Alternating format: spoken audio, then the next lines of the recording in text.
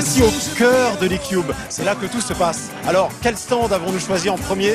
Tout simplement le stand Nintendo, parce que tout simplement notre ressenti était que c'est peut-être le jeu qui suscitait le plus d'attente des joueurs.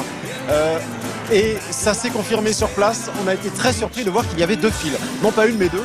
Une pour simplement voir la décoration. Ils ont recréé presque un parc à thème en termes de décoration. C'est hallucinant. Il faut s'acquitter d'une heure d'attente, simplement, pas pour jouer, pour regarder la décoration apportée par Nintendo autour de l'univers Zelda. Alors maintenant, il y a une gameplay line. Et là, c'est une autre paire de manches, puisqu'il faut attendre pas moins de 4-5 heures pour pouvoir enfin s'essayer à la version Wii U de Zelda, qui sortira aussi sur NX. Donc là, Nintendo a joué une carte un petit peu risquée. Ils ont fait tapis, ils ont fait le all-in sur Zelda. C'est le seul jeu présenté sur le stand Nintendo. Et donc, ils ont mis tous les moyens pour satisfaire le public. Un maximum, beaucoup d'écrans jouables, mais une décoration je n'avais jamais vu, du gazon au sol, de véritables végétaux plantés ici et là, une statue géante d'un Link qui affronte le gardien, cette espèce de monstre poulpe sorti des marécages, un campement ennemi, une tour de guet. On a l'impression d'être dans la peau de Link, tout est grandeur nature, des éléments de plusieurs mètres de haut parfois, et puis partout des peintures représentant la plaine d'Hyrule, s'étendant à perte de vue.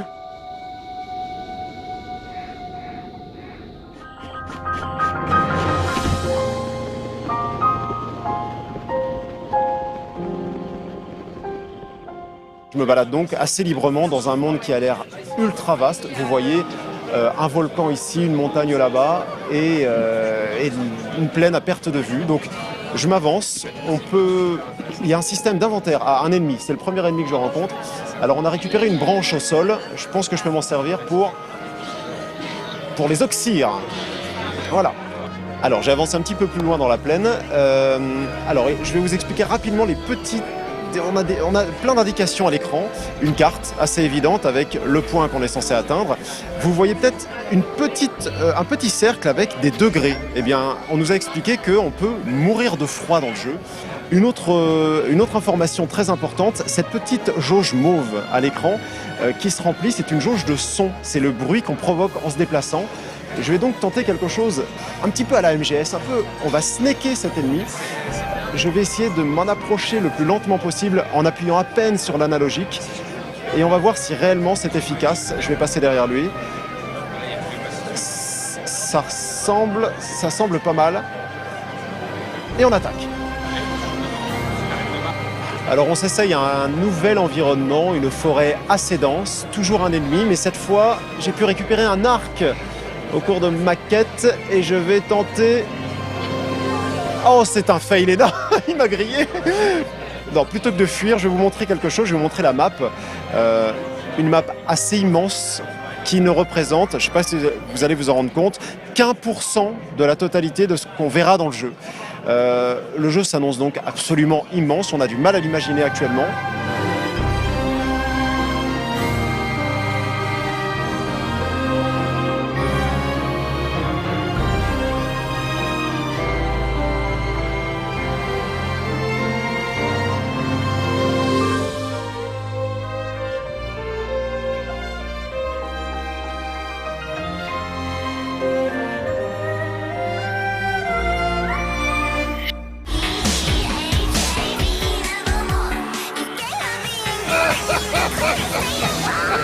Et voilà, nous sommes actuellement dans le stand Capcom, baptisé le stand Resident Evil pour l'occasion, puisqu'on ne voit que lui. Ce manoir prend les 2/3 de l'espace. Il est impressionnant. Ce n'est pas qu'une décoration extérieure. Ils ont vraiment reconstitué des petites chambres, les chambres de l'horreur, dans lesquelles on peut tester la démo Resident Evil, qui ramène tellement de monde.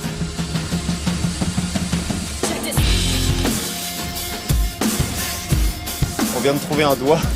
Un petit peu mâchouillé comme un stylo bic. Là, vous n'imaginez pas, il y a des centaines de personnes qui étaient présentes il y a encore quelques minutes pour essayer tout simplement, dès l'ouverture, d'avoir un ticket qui leur permet de bloquer un créneau et rentrer dans une de ces pièces, essayer la démo avec le casque de réalité virtuelle sur la PS4. Donc nous avons eu l'occasion de le tester à la manette seulement, mais c'est un choix, hein. C'est une question de sensibilité personnelle. Donc là, les personnes qui sont ici attendent leur tour. Le succès est impressionnant, on avait rarement vu ça. C'est l'un des plus gros succès de l'E-Cube. Maintenant, évidemment, il y a Resident Evil, mais Capcom, n'oublions pas que c'est aussi Street Fighter. Street Fighter qui possède tout simplement un petit stand qui nous accueille, hein, à l'entrée. On ne voit que lui et qui permet d'avoir des tournois toute la journée, tout au long de la journée, des tournois, mais aussi accueillir des célébrités comme Yoshinori Ono, qui est venu régulièrement faire une séance de dédicace. Donc là, encore une fois, des écrans géants, un vrai tournoi avec une compétition, des huitièmes de finale, des quarts de finale, enfin, les bornes Street Fighter, qui accueillent aussi bien que possible les joueurs, puisqu'ils possèdent uniquement des sticks arcade. Ça s'adresse vraiment aux gamers. Pas de manette ici.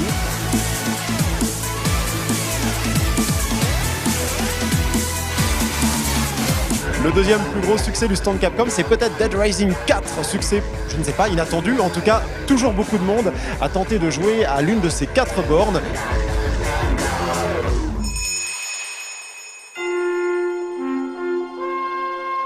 On a ici Monster Hunter Generations, déco magnifique, comme d'habitude pour Monster Hunter. Gros succès au Japon. En Occident, peut-être un petit peu moins, mais il y a une fanbase très importante. Ici, on pouvait rentrer uniquement à 4. Il fallait attendre qu'une équipe de 4 se constitue pour créer la meilleure ambiance, la meilleure osmose possible. C'est comme ça qu'on joue à Monster Hunter, en équipe.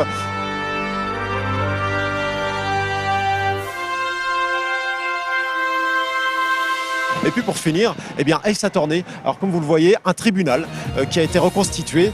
C'est tentant. On a envie de faire une petite objection. On va certainement se laisser aller après à ça.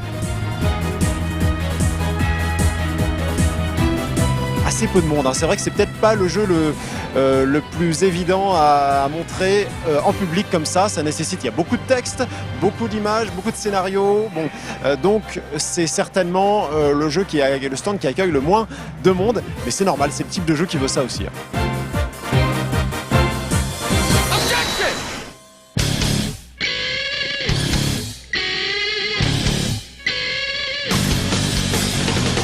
Le stand Square Enix, cette fois marqué par le saut de Final Fantasy XV cette année, leur cheval de bataille évidemment.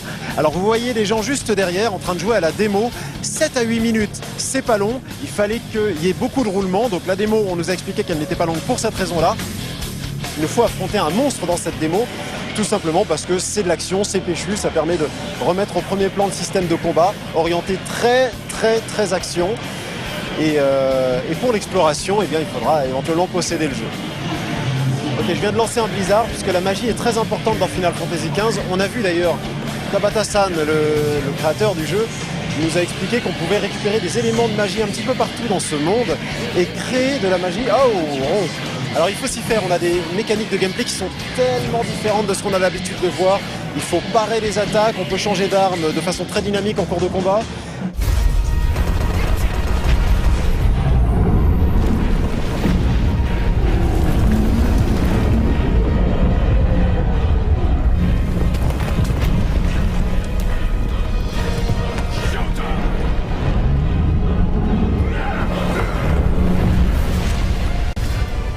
Avant Final Fantasy XV, on aura Deus Ex Mankind Divided, un jeu incroyable, avec un petit veine RPG tout de même, du social, quand même. Et une direction artistique hors du commun. C'est vrai? Ah, moi j'adore. Le deuxième jeu le plus mis en avant cette année, c'est Deus Ex Mankind Divided. Beaucoup de personnes intéressées par ce jeu. Les développeurs d'ailleurs rôdent dans les allées du salon. Ils sont accessibles. Ils proposent même des conférences juste là dans la scène qui est derrière moi. Alors actuellement, il se trouve que c'est Final Fantasy XV, mais régulièrement les équipes de développeurs viennent présenter leur jeu, présentent des nouvelles features, d'ailleurs des nouvelles fonctionnalités qui n'avaient jamais été présentées auparavant. Donc c'est plutôt un beau cadeau. On peut s'adresser à eux directement dans les allées du salon. Ils sont très à notre écoute cette année. Cette fois en accès libre, jouable également, Kingdom Hearts HD 2.0, Final Chapter, Prologue, tout ça à la fois réuni sur une galette. Un succès toujours mérité pour Kingdom Hearts qui attire toujours du monde malgré les noms à rallonge comme celui-ci.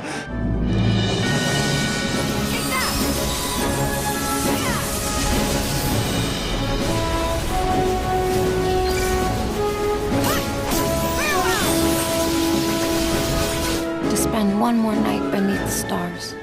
Square Enix a été très généreux. Il y a plein de jeux jouables. Le dernier Hitman, un petit jeu Final Fantasy sur tablette. Enfin, Dragon Quest Builders qui arrive très bientôt aussi. Enfin, du coup, on est plutôt gâtés du côté de Square Enix.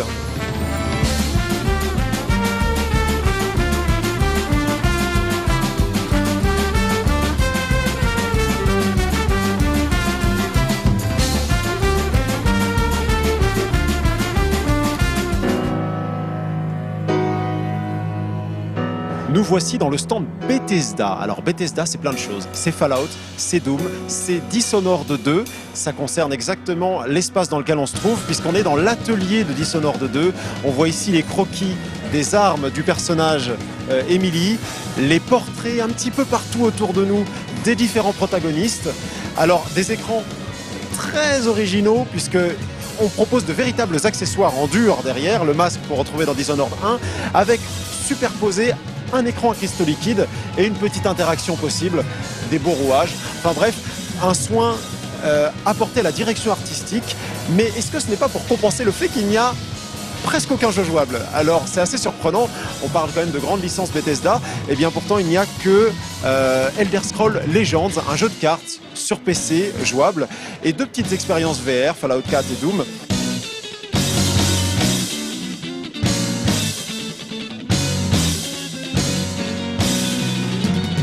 Les costumes sont ici, pour nos amis cosplayers évidemment.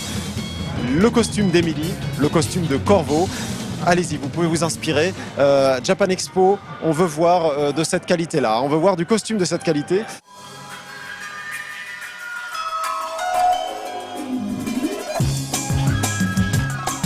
Toujours sur le stand Bethesda, on vient de pénétrer dans la capsule de Prey. C'est une sorte de, je ne sais pas, de satellite qui s'apprête à partir en orbite. On le voit ici, des écrans de contrôle. Alors, quand on appuie ici, voilà, vous pouvez le constater, il ne se passe absolument rien. Ça, c'est important. Donc, toujours plus de décoration. C'est peut-être l'un, avec le stand Nintendo, peut-être le stand le plus soigné, le plus fourni en décoration. Donc là, attention, une petite marche qui nous amène là, une rampe de sécurité. Alors, régulièrement, toutes les 10 minutes environ, le sol vrombit sous nos pieds comme si la fusée s'apprêtait à décoller à l'autre bout de la galaxie, en direction Pouilly-sur-Yvette, évidemment. Ah, ça y est. Ah, ça y est, ça se met à vibrer. Vous le voyez pas, mais là, ça commence sérieusement à vibrer sous nos pieds. Donc, on va décoller, direction la suite du salon. On ne sait pas où ça va nous amener, hein, dans quel stand. À tout de suite. Une des façons de savoir un petit peu, de connaître le ressenti global de la presse mondiale à propos des jeux, et bien c'est tout simplement de voir, vous voyez ces petits macarons qui sont accolés comme ça sur les stands, et bien c'est tout simplement un peu des médailles, un peu les tampons de je vote pour ce jeu de toute la presse mondiale, en tout cas ceux qui participent. Donc vous voyez que Days Gone est très plébiscité par la presse, God of War encore plus, et tout au fond on a un Call of Duty avec peut-être 5 ou 6 macarons qui sont collés là. Bon, c'est un symbole un peu fort, mais qui reflète certainement le ressenti très général de la presse à travers le monde. Joyeux anniversaire Ubisoft. Ubisoft fête ses 30 ans, vous voyez les petits cotillons sur écran genre derrière moi. Alors c'est un magnifique stand, hein. On est vraiment comme dans un cocon, puisque pour ces 30 ans, pour célébrer cette grande fête, cette grande messe, eh bien on est accueilli dans un stand avec de grandes parois blanches tout autour de nous, et donc on peut être noyé dans cet univers Ubisoft à 360 degrés, où qu'on le regarde. Il y a des trailers, il y a des affiches de leurs jeux. Cette scène principale accueille régulièrement des danseurs de Just Dance qui viennent mettre le feu. Donc c'est un stand à forte valeur sonorifique, hein, je ne sais pas si vous l'entendez. Ce stand accueille aussi la scène centrale, toujours des tournois de Step, leur dernier jeu, ou Steep peut-être.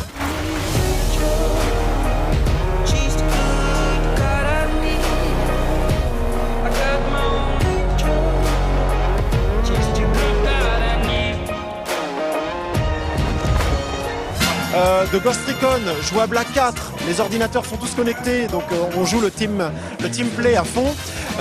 Et derrière des portes closes, South Park, jouable aussi, Watch Dogs 2 de l'autre côté. Bref, une année assez généreuse, un beau line-up pour 2016.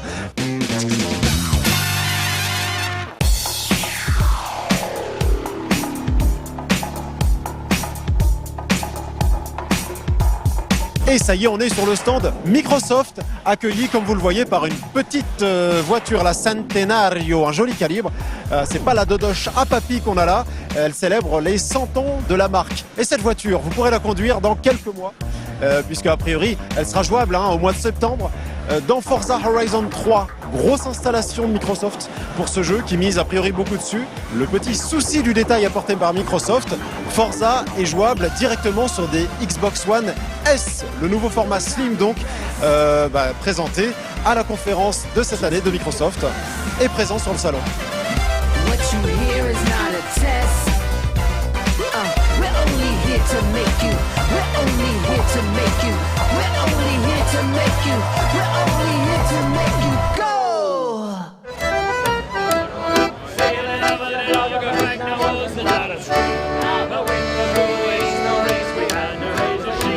Le développeur Rare a sorti un jeu de pirates qui s'appelle Sea of Thieves, une exclusivité pour la Xbox One. On est une petite équipe de 4, on doit coopérer. On se fait assaillir en ce moment même par des petites caravelles armées de canons. Et on a une visibilité assez réduite quand on tient la barre par exemple, donc c'est très intéressant. On a vraiment besoin de collaborer, de coopérer grâce au micro avec tous les membres de l'équipage. Et on a été touché, ça y était pas il y a quelques minutes, donc notre navire prend l'eau. Vous voyez, il y a des planches ici. Je vais essayer de filer un coup de main. Ah mais non, c'est bon, ils s'en sont très bien sortis. On se fait tirer dessus, donc moi je vais rester dans ma geôle et je réparerai si besoin est.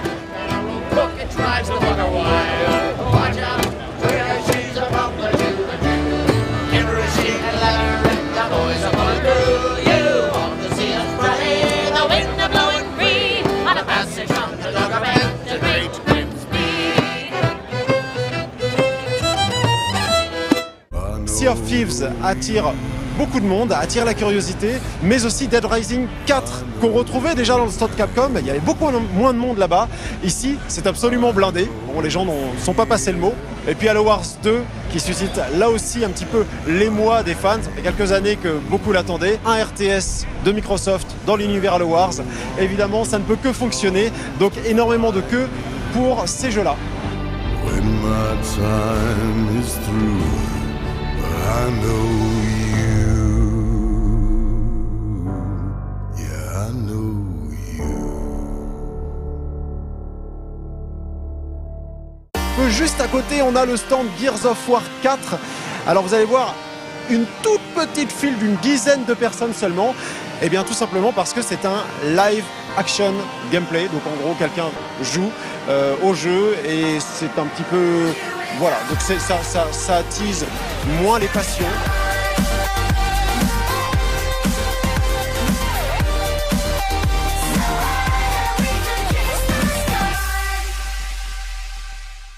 Et on se trouve maintenant de l'autre côté du stand Microsoft, derrière moi. Qu'est-ce qui se passe? C'est une file d'attente interminable pour Recore, qui est certainement le jeu qui attire le plus de monde sur le stand Microsoft. C'est assez impressionnant, des centaines de personnes.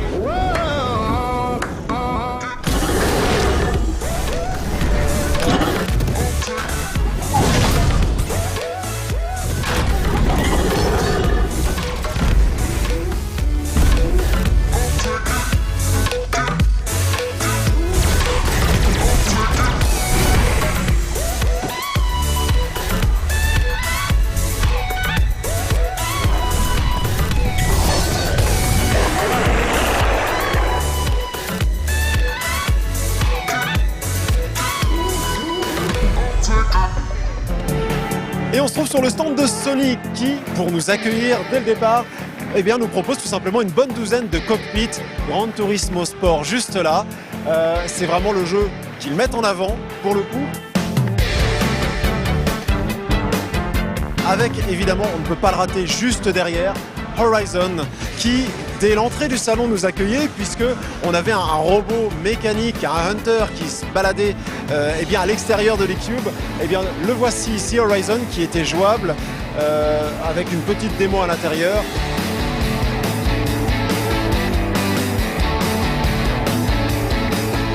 On avait aussi du Days Gone, du God of War, du Call of Duty. Alors Pour ces jeux-là, la plupart du temps, il s'agissait de live action gaming, donc tout simplement, on nous montrait une démo qui allait souvent un petit peu plus loin que ce qu'on voyait pendant la conférence de presse. Pour Days Gone, c'était des embranchements différents.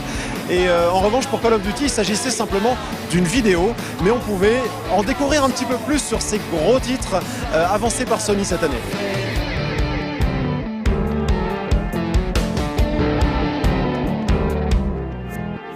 Parmi les plus belles installations sur le stand Sony qu'on a pu voir, eh bien, Farpoint qui se trouve juste derrière moi, un FPS qui utilise le casque VR de la PlayStation 4, une ambiance un petit peu seule sur Mars, une décoration tout en volume, donc on sent qu'ils cherchent cette année à marquer les esprits avec leur casque de réalité virtuelle qui eh bien, débarque dans quelques mois chez nous et un peu partout dans le monde.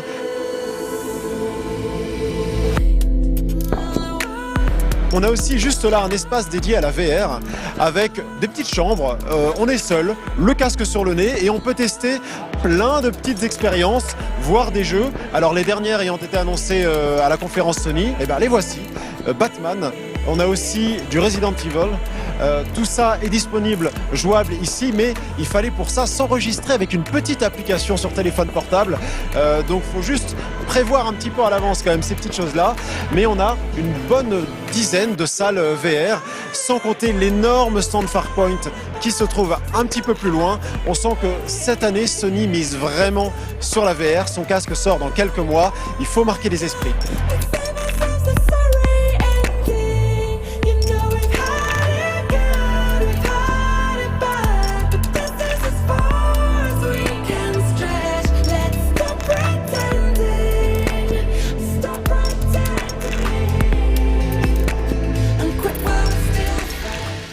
Proceed with the operation. Roger. 30 seconds. Et voilà, cette édition 2016 de l'E-Cube s'achève et c'est avec un regard ému que nous nous retournons vers ces portes qui se referment derrière nous. Une édition qui nous aura bouleversé. C'était une première expérience déjà pour Genshi Tony et moi-même. On y a vécu des choses assez fortes. Le jeu qui aura vraiment impacté nos esprits, et je pense celui de milliers de joueurs dans le salon, certainement chez vous aussi, c'est Zelda. Le gros succès de cette édition, plus de 4 heures d'attente pour pouvoir y jouer, une queue rien que pour apprécier l'animation, les décorations, enfin on n'avait jamais vu ça. Et puis le grand écart, Jean-Claude Van Damme, Resident Evil 7 sera peut-être le deuxième succès le plus populaire, celui qui aura en tout cas attiré le plus de monde, l'horreur d'un côté et puis un monde féerique de l'autre. Bon, voilà, c'est aussi ça le 3, un éventail assez large de jeux et puis on peut parler de la VR aussi. VR très présente chez de nombreux développeurs, surtout chez Sony. Ça arrive dans quelques mois dans nos foyers, donc forcément ils ont mis le paquet, des stands assez importants et puis plein de petites expériences à tester. Et puis bien sûr des Watch Dogs 2 chez Ubisoft, on aura eu du Days Gone, God of War 4, des jeux qui nous ont impacté réellement. Record, succès pour Microsoft aussi, sur son stand qui aura attiré énormément de monde. Enfin, c'était l'année du jeu. En attendant, l'année prochaine sera peut-être l'année des consoles, on verra. En attendant, on s'est régalé et surtout, n'oubliez pas, un jeudi sur deux, retrouvez Genshi Tony dans Superplay, ça lui fera plaisir, c'est une très bonne émission. À très bientôt, à l'année prochaine, salut.